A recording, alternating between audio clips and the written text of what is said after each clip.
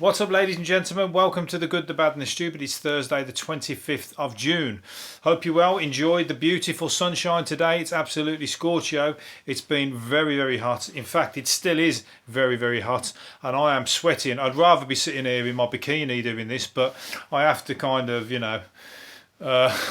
wear your prop clothes and whatever else. But I'm boiling up. I might have to start dabbing my brow throughout this episode. I'm sure I've got a nice big shiny head. You won't know if you listen on the podcast, it won't make a difference, but if you're watching on the video, obviously you'll see my sweaty upper lip and my sweaty brow, and that's not just because I'm nervous, because I'm winging it as usual. It's because it is genuinely hot, but it's great. I love it. The hotter the better. I'll have to get one of those fucking ceiling fans though, like you get when you're abroad, when you're in like Thailand or something, where it's unbearable heat and you just got that shit fan that's going around. You go in and you put it on and it just goes around, and the flies fucking fly around with it like some kind of merry-go-round ride that they've got. The horses at the fair. That's what the little flies are on. The mosquitoes are going around and around that. The ceiling fan, before they jump off, come down, take a big drink of your blood to cool themselves down, then go up and have another go. That's why you see blood splattered all around the room afterwards, because they've been hit by the fan as they've tried to fly off. Pretty sight. Anyway, but I'm thinking I could do with the ceiling fan, because either that or you got to leave the windows open. It's all right if you lived on. It's all right if you live on the first floor or upwards. I used to live on the ground floor in a flat, and when it got really hot, you couldn't leave the windows open because I was paranoid that fucking someone would climb in.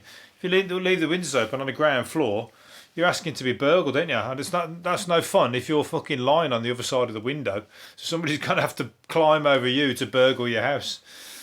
And that has happened. People do. They are brazen enough to do that. They're brazen enough to take your whole house out of your house over your fucking sleeping body. And if you wake up, you'll fucking probably get a screwdriver in the head or something. So anyway, started off nice and cheery. Anyway, and I'm going to continue that by telling you that Britain's economy is going to be hit the hardest out of the United States, Germany, Japan and Canada and all the others. England or UK, the UK as a whole, is going to be hit far worse than all the others. So that's great news. 10 trillion blow to the world economy there has been. So we're fucked it anyway. If the UK is going to be the worst, I'm going to be sitting here begging for money soon. I'm going to be asking you. I'm going to be sitting there panhandling. I'll be with my fingerless gloves in the winter when I can't afford to put the heating on. The electric won't be on, so I'll be sitting around here with candlelight, and I'll be with a little panhandling, and I'll be asking you, can you give me some change, please? Or can you send me some money, because I'm in the worst hit country because of this bullshit, and we've probably still got the virus because everybody's down the beaches at the moment. The beaches are fucking ram-a-damma ding dong. Everybody's down there, no social distancing going on whatsoever, and everybody's back at the shops and that. So I think everybody down the beach, they're probably going to be expecting a second wave to become a tsunami of like COVID-19. I hope not. I hope because everybody's enjoying themselves. But Germany's had to fucking pull the plug and have a lockdown because of that fucking shit in the chicken factory. Chicken factories, ever the healthiest places. You wouldn't want to fucking eat a chicken if you fucking saw what was going on in there. As you can see, coronavirus. I wonder if the chickens get coronavirus. Fuck knows. Fucking coronavirus straight to your plate. You eat it, and then would it pass that way? I suppose you gotta hope that the cooking it would kill it, but we don't know. Anyway, I told you I'm going to try and cheer this place up. It's all depressing. Roy Chubby Brown is another depressing one. Roy Chubby Brown. If you're from another country, check out Roy Chubby Brown. If you want to hear dirty jokes or rude, dirty jokes, Roy Chubby Brown is fucking coming at you with rude, dirty jokes like a machine gun. he's like Rambo with a machine gun, you know, like he's got like fucking he's got the bullets all over his shoulder, and about a mile behind him there's that many bullets, and he's just ramping them through the machine gun, just shooting everybody with the baddies. That's Chubby Brown with how many dirty jokes he's got in his locker. He's just fucking bang, bang, bang, bang, machine gunning rude jokes coming your way. And anyway, he's saying he hasn't been able to gig all year. All year he's had to. He said his money's running out because he's had to not work during the lockdown. As everybody else, Roy, come on, pull on the heartstrings. But anyway, so yeah, he's 75 and he's saying he's not able to work, and he's worried that his savings are going to run out. In another paper, it's not saying it in this one, so you're thinking, oh, that's a shame, whatever. In another paper, it's saying he's got 4.5 million in the bank. So I don't think we should be fucking, worried about him too much, because if he's got 4.5 million in the bank, he's moaning that his outgoings are £1,000 a week. £1,000 a week? Where's he fucking living in a stately home? £1,000 a week to live with insurance, gas and petrol and wages? Fuck off. I mean, that can't be possible. I mean, it might be. He must have fucking all the electric on. He must be having a fucking party for one. Every bit of electric on. The heating on full blast in the middle of summer. Petrol. How's he got petrol in the house? Is he like fucking sniffing petrol? Getting through like tons of petrol to pass the time, sniffing loads of petrol. I don't know. But anyway. But I can't feel too sorry for him if he's got 4.5 million in the bank. I'm fucking doing I'm doing high figures, and I got shit all in the bank, really. If I've got it in the bank, believe me, there's plenty of fucking vultures circling it every single month. But not when this podcast takes off. You wait and see. The bank balance is going to. Well, no, because all you lot are going to have to support me in the winter time, as I just said. I'm going to be pleading poverty, because if we are going to be the worst hit, people ain't going to be spending money. Fucking the way I make money, people aren't going to be giving me any money. So unfortunately, I am going to be food banking it and talking to you guys and asking you for money. No, I won't do that. Believe me, you won't give me none anyway. You just go, cheeky bastard. He's only got a shit pot. Only listen to it because it's shit, and it just passes the time. I ain't going to give him any money. That'll blow his ego up. Anyway, I might be off to Jupiter anyway on my holidays, because Jupiter has been there's possibly going to be life on Jupiter. I tell you what, there's a lot of space talk going on lately, isn't there? I love all the. I'd love to fucking find out more. I love listening to what's going on in space, and I'd love to find out more, or to find when soon enough they're going to find another. They're going to find some alien life. And they think there might be some, because they found an ocean in Jupiter. There's an ocean with a layer of ice over the top.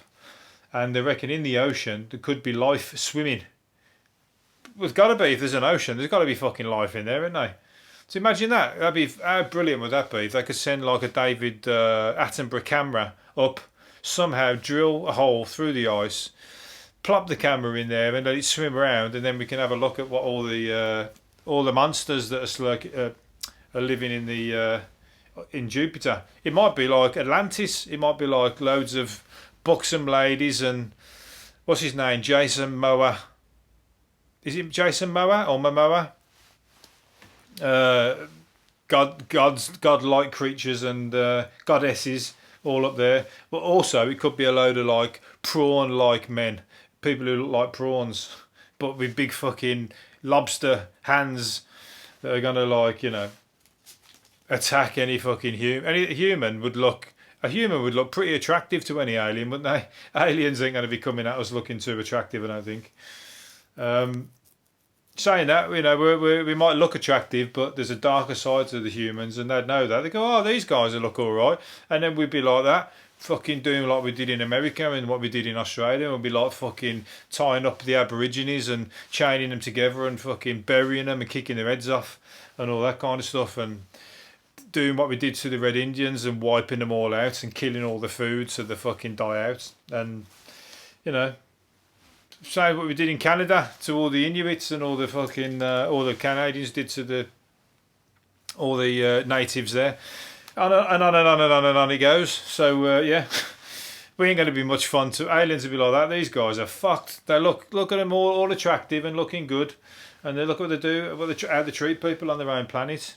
And here's us. We're ugly as fuck, but we're all good pals. We're a big community, alien community up here on Jupiter. Anyway, we don't know yet, but apparently Jupiter's got an ocean, so that means there's life. It's got to be. It's our oceans that'll have no life in them soon. You've seen them fucking super fish tanks, super trawlers that pull everything out of the fucking sea, and like they chuck most of it back dead. You know, all that was, at the very least, it's fucking edible. What's the point in chucking it back? You know what I mean? It's like, because they're only after one thing where their money is. They don't want to like fill their boat up with like turtles and sharks and all the other fucking fish that is not money. So they chuck it back in there dead. So yeah, there you go. That's how we treat our nearest and dearest. What was I going to say? A new planet's been found, Neptune, the size of Neptune. So there might be life on there as well. I'll tell you what, it's getting exciting. We're going to have some neighbours sometime soon. Neighbours. Everybody needs good neighbours. We might need them soon. Imagine if we ever got in the shit. That's when we'd need them. We need them to come down and do like what's it called? Like Dunkirk, where they come down and like with the ship, and we all jump on, and then they fucking take us off into space, save us all from the burning Earth as it slowly fucking sinks into the or implodes. That's what it'll do. We'll have took all the fucking oil and all the reserves out, and all of a sudden it'll just implode because there'll be nothing left. We didn't realise that all the oil and all the gas was keeping the Earth together, and we've just took it all out and killed it. Burst the bubble. Anyway, remember I was talking about anybody listening yesterday? I was talking about the bees in the chimney. There was loads of bees. 150,000. They said now it's 130,000. I told you they didn't know how to count.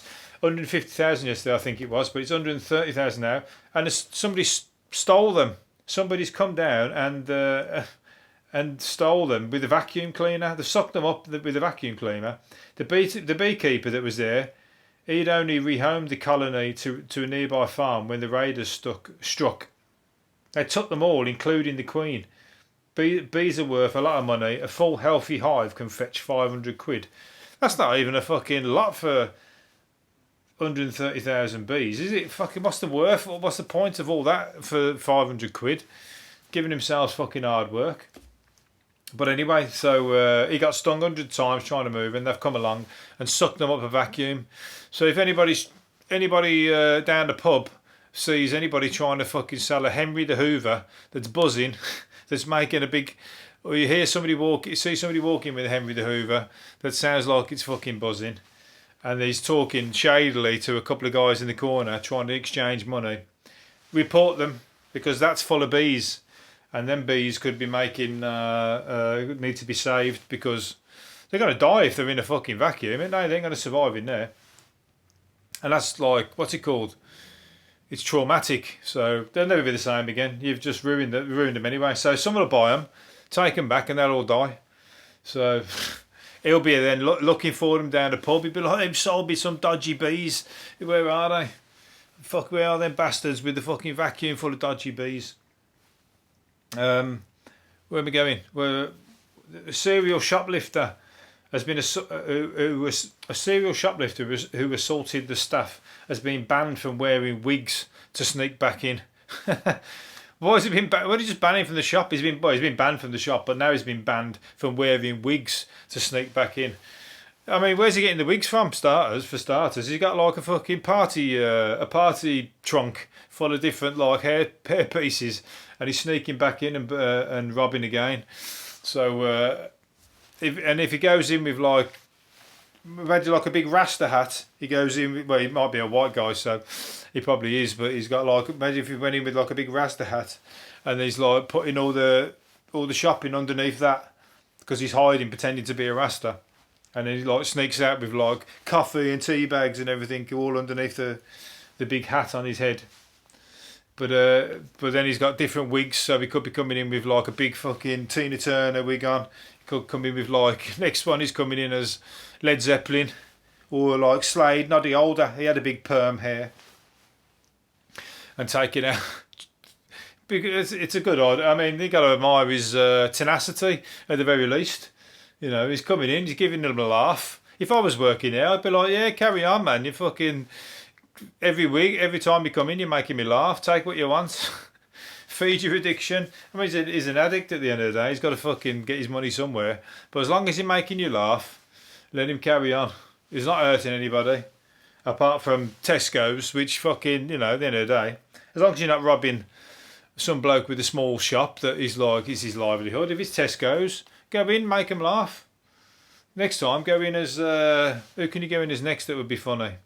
I don't know. Oh, bollocks. Go in as like, I don't know, the Commodores. You can go in as fucking, oh, what's his name? Big ginger fucking wig. Simply Red. You can go in as Mick Red from Simply Hucknall. Anyway, I can't think of any more. We're going to move on from that. But for me, it's funny. So, business as usual. An artist who was... Oh, no, I'm going to do that one. Well, I'm going to do it. An artist who was paid 60 quid to do the Led Zeppelin, as I've just mentioned Led Zeppelin, I think. £60 to produce the front cover of Led Zeppelin's debut album. He's just sold the original tracing for, wait for it, £260,000. He got paid £60 to do the artwork. He's kept the original copy. He's just been paid 260 grand. I bet he was thinking when it was like an unknown artist, but they're probably a small band at the time. And he's like, now they've grown to like such a fucking big, huge, big noise, aren't they, Led Zeppelin? Even now, today. And they're collectible. Everything's collectible. So he's just put the tracing, small drawing up for sale, £260,000. There's money to be had, and it's sitting around in your drawers. Get looking. Have you done anything creative? Might be worth money now. If not, look through all your hand-me-downs, all the things that your relatives have passed down. Check the prices because they're worth money. Better than it's sitting in a drawer. You can't fucking party on a bit of a fucking heirloom or whatever they're called. What's it called? Speaking of some money, Dennis Quaid, 66, has just married his 27-year-old partner. And after the pair eloped to Santa Barbara. So they've ran off to do it, and so they don't do it in front of eyes that are assuming or unassuming eyes or whatever. What's the word? Where people are judgmental eyes is what I mean. Because there's a fucking big age gap there, isn't there? 66 to 27. And I wonder whether they've signed a prenuptial or not. Hey, I don't know. Maybe they are in love. I'm sure they are in love.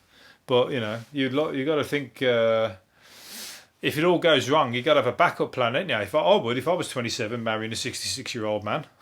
You got to think, what about if all this don't fucking work out? You know, where's that leave me? I'm going to be just like, you know, I'm going to be off. He's the actor with all the money, and I'm just going to be left as somebody who, like, everybody told you so. I told you so.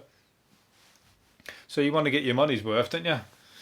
Anyway, either that or you just siphon it out. You got to keep fucking taking money out. You know, slap up meals, just eating all the best places, drink all the best fucking champagne. Don't ever suffer a takeaway. He's got to spend his money. If he's in the driver's seat, he's fucking he's the one scoring on a high note there, isn't he?